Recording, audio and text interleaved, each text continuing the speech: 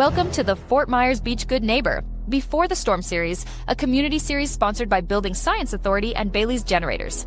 Here in Florida, storm season is a part of life, and being prepared can make all the difference. In this series, we'll share practical tips, trusted insight, and important steps you can take to protect your home, power your essentials, and keep your family safe. So join us as we help you get ready, stay informed, and prepare before the storm. Welcome, Fort Myers Beach Good Neighbors, to the Before the Storm series, a new series that we have created here with Shane Bailey from Building Science Authority. Welcome, Shane. Thank you. Thank you, everyone. Yeah, I'm kind of excited about this because, as we know, storms are a big deal down here in Southwest Florida, and we've had a number of them recently. So anything we can do to prepare and be ready for these beforehand helps everybody out. We totally agree. And what we find is the number one thing I should say up front, if you don't mind, is the fact that if you have read your entire insurance policy, raise your hand. By the way, if your hand's not up, you're already working from a negative. So we urge you to get your policies out and read them and understand them. Does that make sense? That makes sense because, yeah, a lot of people, I have insurance, I'm covered, but not necessarily. You got to read the fine details, right? Correct. Yeah. And I literally 99.5 out of the 100 homes or businesses we go to do not know what coverage they have. So along with the name of the series, Before the Storm, what should people be doing before the storm arrives? Number one, know your coverages. Number two, know any exclusions that your policy has. Number three, document. No, it's funny. Document your property. It is so easy to walk around with a camera or even a video camera and document it. And even perishables or what do they call family items that are handed down over time. Those things are imperative to video. If you have expensive jewelry, have the jewelry setting there plus the receipts and videotape the receipts of what the jewelry costs. It's the number one thing that the insurance company doesn't know or doesn't know to believe, that if you don't do it, how are they going to know to believe it? Does that make sense? That makes sense. And they're probably not the most with coming forward with saying, hey, you should do this before a storm comes, because I believe it's in most policies, but it's in really small. Right, that's what I mean. They're not emphasizing. They're not emphasizing it and making sure you do that because, hey, you don't have anything, they don't have to pay out, right?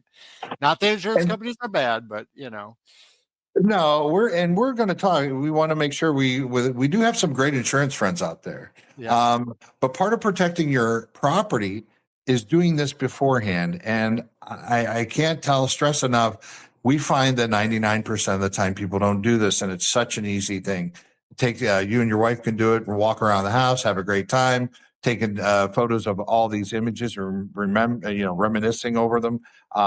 You want to see where your walls are, how they're done, any damages that you can see. Don't be afraid to take those pictures. And here's the reason why: a lot of insurance policies have a caveat in them. If the storm comes and makes damage bigger, it's still coverable. So if it takes a small damage, makes it a big damage, still coverable. A lot of people don't know that. So protecting yourself, protecting your policy, protecting yourself for successful insurance claim is number one. And if you do those, we can do a lot more with your insurance claim than you can by yourself. And talking about prepping for a storm, I mean, we're in a storm-prone area here in Southwest Florida, right? Power outages could last, several days, several weeks, depending on where you're at. Why is all this important to prepare beforehand to make it through those days after a storm? My uncle, a little idiom he used to say, is better to have and not need than need and not have. So number one is your insurance policy. Most of them speak, in my experience, to the fact that you're obligated, because you have insurance and it's your home, you're obligated to, after a storm, immediately after, start working on balancing your building. All that means is a fancy word for you're required to start figuring out how to get air conditioning turned on. If there's water in there, getting the water out, even if you push it out. Now, we don't advise you going and helping your neighbors and other people because that water is then contaminated once it leaves your house. But that's the number one thing is understanding what the insurance company looks for. Because remember, they're in a building somewhere far away. They don't know what they're looking at.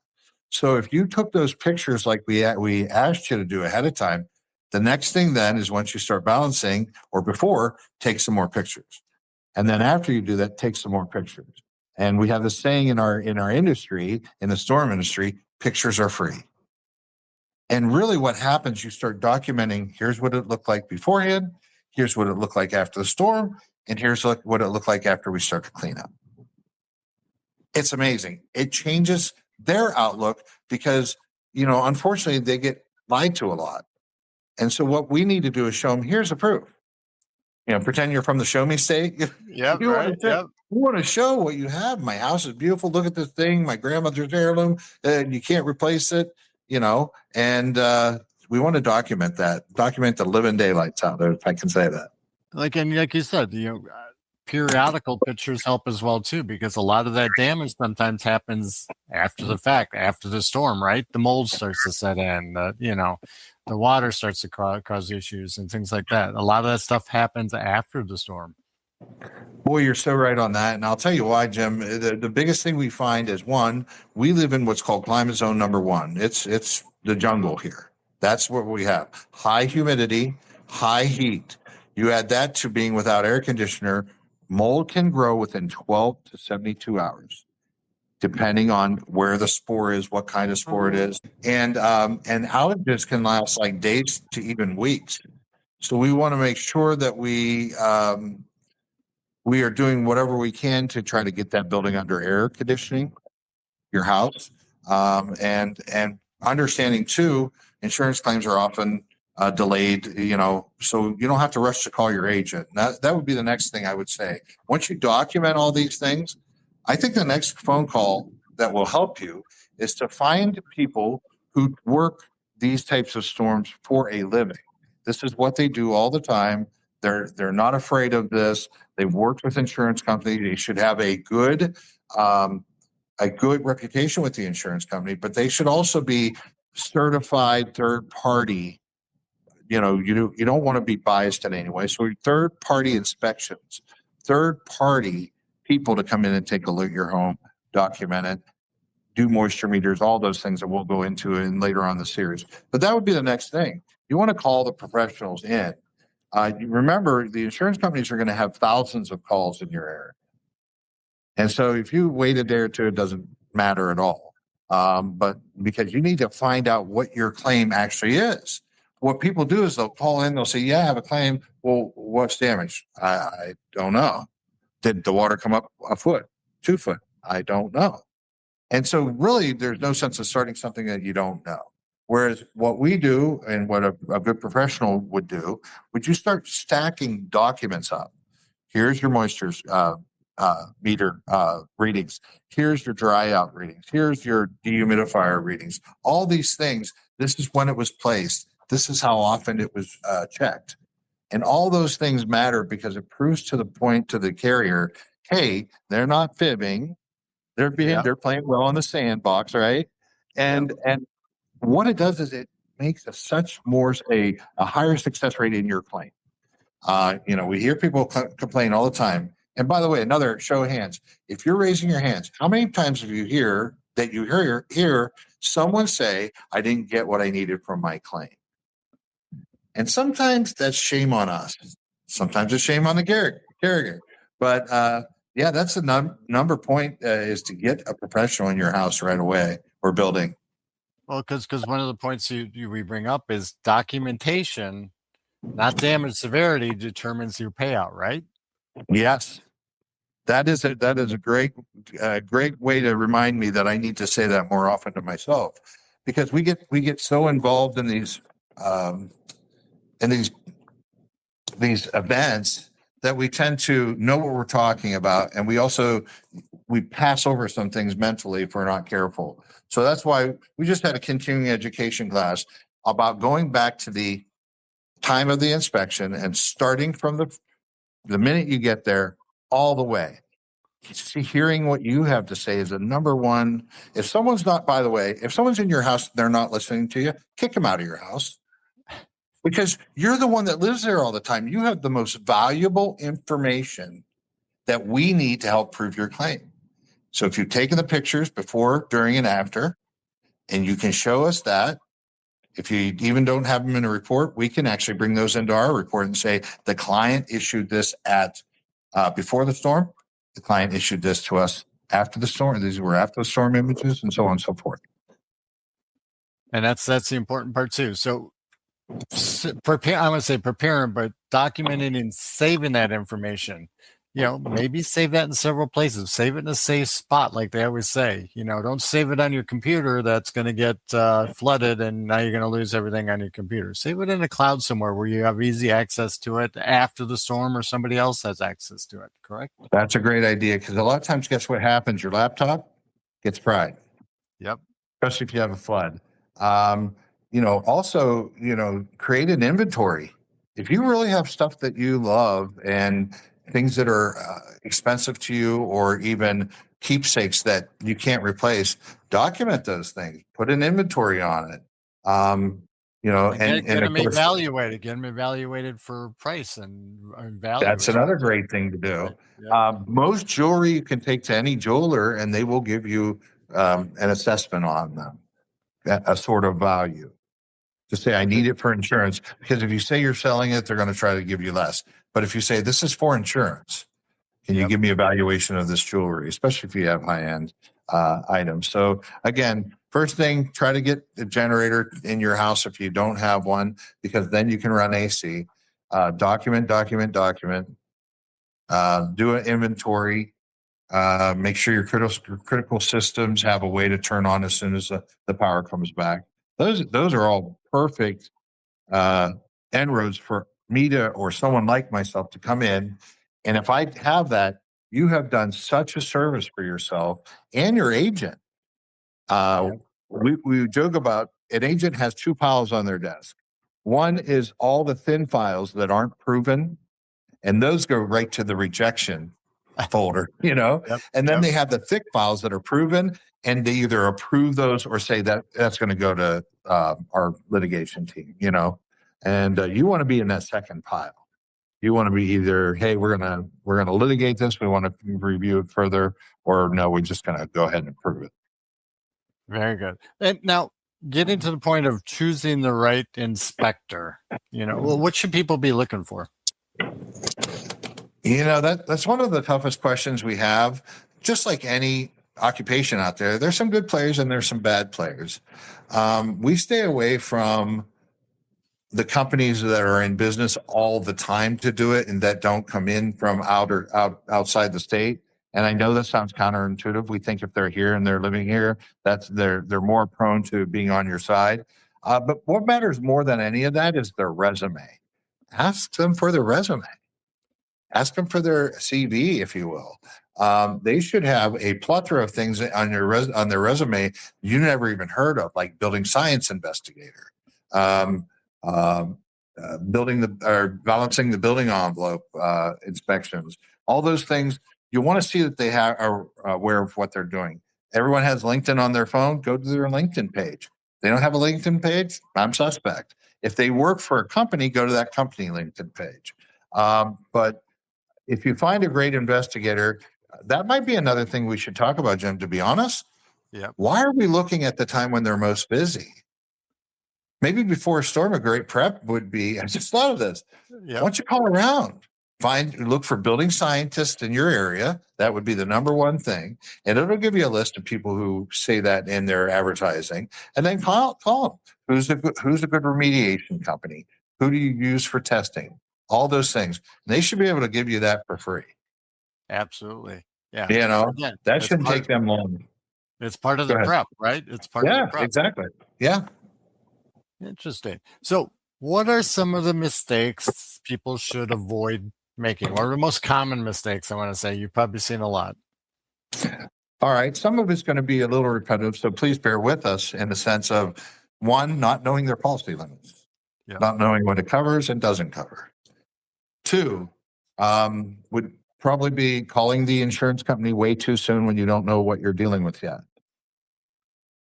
Sometimes they'll call. Let me give you a quick example, if I may, on that. Do you know if you have most people in their brain, they don't want their house to be damaged. So the first thing they're thinking, oh, I don't have a lot of damage. That's not a good place to be in. That is an actual mistake. Get a professional out there to tell you that. You're not a contractor. You don't deal in water mitigation. You need someone out there to make sure you're doing that right. But well, it's like being in a car accident. I may feel fine, but then a week later, I'm like, all this internal stuff is going to show up, and I had no idea, right? Right. And it's a lot harder to go backward then to catch that than it is just to up front. So if you call, though, and you make a claim, and let's say you don't have a bad situation, and the repair is actually a little, maybe, I don't know, within a certain percentage of your deductible, and you go and call them back and say, listen, I don't have that much damage. It's not really going to cover my deductible. I don't think I need to have an insurance claim. That still shows as a claim. It's a claim that was not paid out on, but it shows, you know, they have a main tree line of they all plug into, and they know exactly what you've claimed in that house and what you haven't. They know exactly, especially in this day of information. Absolutely. So, and then a lot of people will get rid of stuff or say, okay, that's damaged without documenting it, right? That's another big one, you know, or they'll guess at the damage value. Yeah. They'll do some guessing. And you know how we are. We're human beings. We'll often think that means more to me or that has a higher value than it actually does. And, you know, people bring their things into consignment shops and they say, oh, it's worth this. And it's like, I can't get that for that, you know? What's the pawnbrokers? I'll give you $2 for that. Yeah, that's right. Yeah. So, you know, and part of that is maddening for us as the consumer. But you know what? There's also a lot of onus on us that we didn't perform properly. Documenting. Try to be factual, not emotional. Provide an organized document for us or whomever you use. And I would say another thing is, I'll tell you what, this could be the number one thing that people do after the storm is they don't get a third-party independent person. What they do is they say, oh, well, I trust my insurance agent. And not that they're not trustworthy, but your insurance agent has zero control over your policy. Zero. Yep. He can't say, oh, go ahead and give him a break or make it a little bit more or cut that back. He can't even take a deduction on that. He's not in that place. He's just an agent. Not just an agent, but you know what I'm saying. Yep. So you need someone on your side that's third-party independent that says, I'm not beholden to you, the homeowner. I'm not beholden to the carrier, but I report what I see, and it's known in my industry, you know? And like we had talked about before, not to bash our insurance friends out there, but the insurance companies are in business. They are business. You're right. You know, and exactly. And we can only speak. I can't speak to policy. What I can speak to is my experience. Yep. And put it to you this way: if you allow your wallet to stick out of your pocket, you're more likely to have it taken. Yep. Right. So let's not do that. Let's be protective. Let's know our surroundings and understanding. You know, just like you send your kid off to college and you're like thinking, what do you tell them when they go? Always know your surroundings, right? Know where you are. Go with a friend. Never leave that friend. All those things apply to this. Know where you're at with your insurance policy. Know where you're at. Have you chosen an inspection company already? You should have. You know, and have you inventoried your beautiful? I had a lady with China that was just unbelievable. The China cabinet fell. No. And she was just in tears. And it was really good China, but she didn't inventory it. She didn't have, how many pieces did you have? I don't know. Well, now I got twice as many. But I can only eat off this corner. Right. But preparation is key, and that's your leverage to get, you know, some of that, I'm going to say that money back, but get the value for what these things are worth and get things fixed. Sure. And another thing is license and credentials. That's one I forgot to put in there. If I may tuck that in, Yep. Everyone should be licensed to do this, and you want them to have what's called a WRT designation, water remediation technician. At least they should have that, or the company should have that. We happen to have engineering license, and electrical and construction licenses. We have people with all those licenses that can help. You're a person that you choose should have that reach as well. So that's the big thing. Other than that, you're on your way. If you do those things we started with, you're on your way to a great claim. Yep. Yeah, and you mentioned it. Being licensed is important because you get a lot of, down here, we get a lot of storm chasers. People coming in from out of state, come here to grab the money, and they grab the money and leave, and nothing ever gets done. That's the big one. That's the biggest one we see, what we find, hey, you can say things about the insurance company, but when we turn that mirror around and look at ourselves, first of all, a lot of people in a home don't know where to go to find if they are special approved by the governor, can approve a special situation where other people from other states can help. But they have to register with the state. And I believe that's through the governor's office. Well, no one knows where to go. So Jim, how are we going to look these people up? So what they do is then they end up choosing the guy who's knocking on doors, which, my gosh, that's a tough job. Wouldn't want to do it myself. But really, you're making the decision after the fact. And how well do you think that works in any other decisions you make? When you make a decision after the problem. So, use your guys are smart. Come on, do the little bit of work up front, and I guarantee you'll have amazing results. But number one, in my experience, is they're denied based on no documentation. That is bad. No documentation is key. That is key. Documentation is key. No matter what you do, take pictures before, during, and after. And I'm telling you, you'll want to buy me flowers because it's the most amazing thing you can do. The more the better. The more the better. The more the better. Yeah. So, and we'll have a whole mistakes to avoid in our later episodes. And I am like you, Jim. I'm really excited. I love what I do. There also is a huge negative when you see so much damage. It really hurts your heart as well. But my word, we can make so many people smile just by teaching them what to do up front. And even if they don't use us, the cool thing is they have learned a piece of the puzzle, so they can't get taken advantage of, or they can't be easy to pick up. And that's what this whole series is about. It's about being prepared and just education. We're not trying to push anything or trying to sell anything. We just want to educate people on what they should do beforehand and help them make the right decisions. Before the storm. I love it. That's it. Well, Shane, it's been a pleasure. I look forward to speaking with you next time. Any last words for our listeners today? No, I just say we would really appreciate you tuning in. We think we want to provide this service. We're not doing this for our health, and we're doing this to help you. And so tune in. Check his schedule, Jim's schedule, and find out when we're doing our next one, and tune in for us and let us know. You got any feedback? I'm sure there's a way to contact him. Maybe someone wants to ask questions. Is there a way they can do that, Jim? Absolutely. Reach out to us on our website, and I'll put our email in the bio down here, and they can send that out here. Or there are certain topics they want us to touch on. By all means, send that. That would be great. Yep. I would be thrilled for that. That would be amazing for us to do. Let's try that. We could do that. We absolutely. But this is going to go. We're going to let people decide what direction we go with this. So, all right. I'm excited. I'm looking forward to it. But again, thank you, Shane, for being part of this and pushing me to get this done. And I'm glad you're part of it. Thank you. The pleasure's mine. Thanks.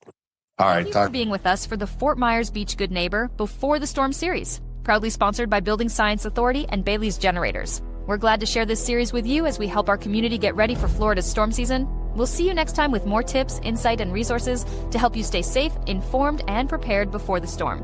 Until next time, remember to Cabo until you wabo and keep being a good neighbor.